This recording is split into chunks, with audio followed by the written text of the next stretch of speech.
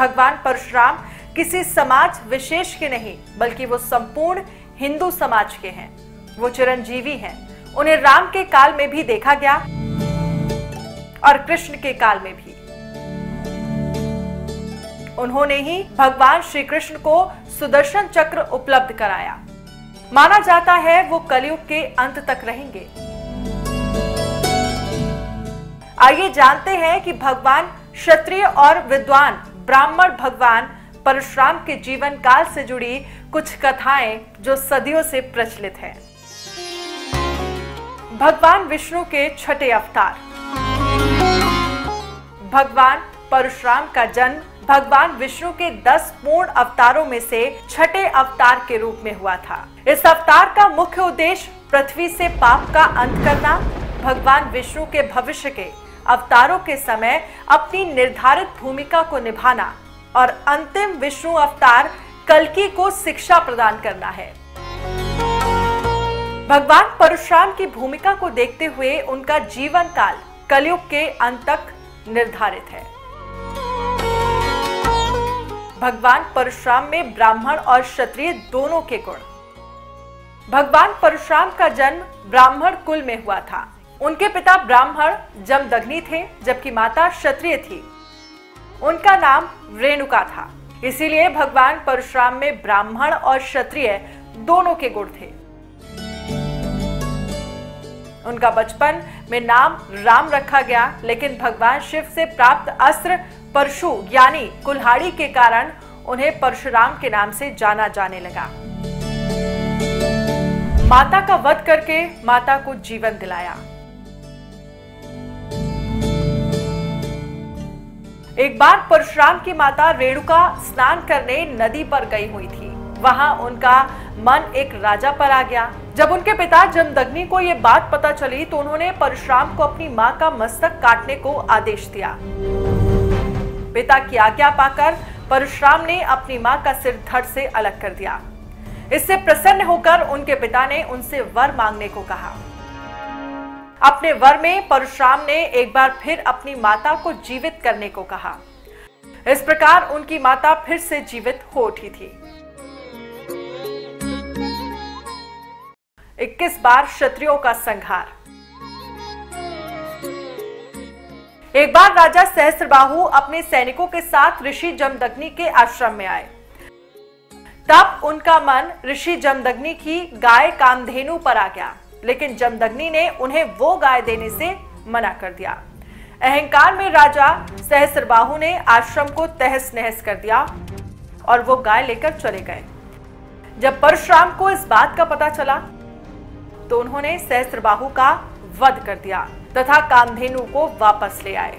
इसके बाद अपने पिता के कहने पर परशुराम तीर्थ यात्रा पर चले गए। उनके तीर्थ यात्रा पर जाते ही सहस्त्रबाहु के पुत्रों ने जमदग्नि का वध कर दिया।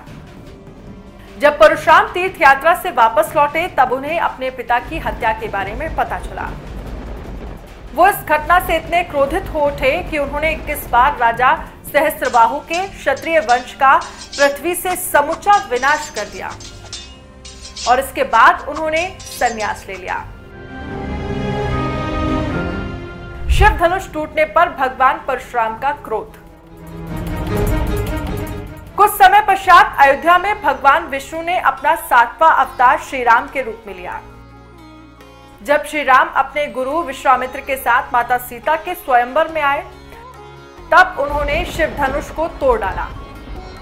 शिव धनुष के टूटने की गर्जना तीनों लोकों में फैल गई। महेंद्रगिरी पर्वत पर तपस्या कर रहे परशुराम को भी ये सुनाई दी। भगवान परशुराम क्रोध में राजा जनक की नगरी पहुंचे और शिव धनुष तोड़ने वाले का नाम पूछा। तब उनकी श्री राम के छोटे भाई और शेषनाग के अवतार लक्ष्मण से तीखी बहस हुई। लेकिन जब उन्हें यह ज्ञान हुआ कि श्री राम स्वयं भगवान विष्णु का 7वां रूप है तो वो खुद वहां से शांत होकर चले गए।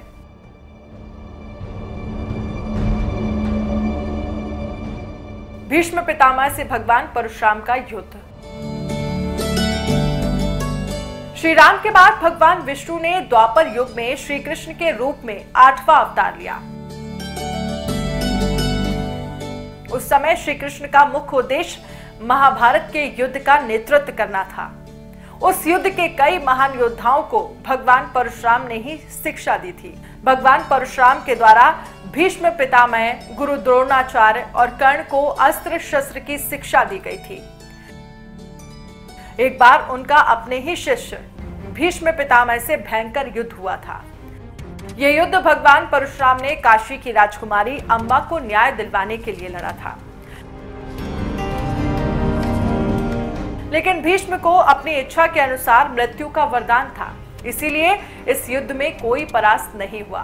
अंत में देवताओं और इंद्र के द्वारा ये युद्ध रुकवा दिया गया था। क्रोधित होकर कर्ण को श्राप।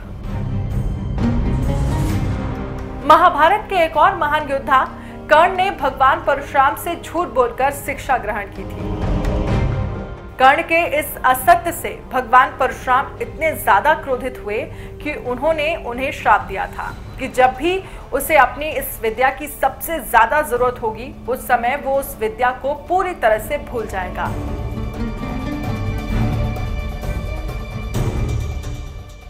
कर्ण के साथ युद्ध के मैदान में ऐसा ही हुआ था, जिससे उनकी मृत्यु तक हो गई थी। पौराणिक कथाओं में ऐसा माना जाता है कि भगवान परशुराम चिरंजीवी हैं और उनका अंत कलयुग की समाप्ति के साथ ही होगा। ये वो समय होगा जब भगवान विष्णु अपना अंतिम तथा 10वां कल्कि अवतार लेने इस पृथ्वी पर आएंगे। तब उन्हें अस्त्र शस्त्र की विद्या देने का भार भगवान परशुराम पर ही होगा। एक तरह से भगवान परशुराम भगवान कल्कि के लिए गुरु की भूमिका निभाएंगे। तब जाकर इस मृत्यु लोक पर उनका कर्तव्य पूरा माना जाएगा। जय भगवान परशुराम।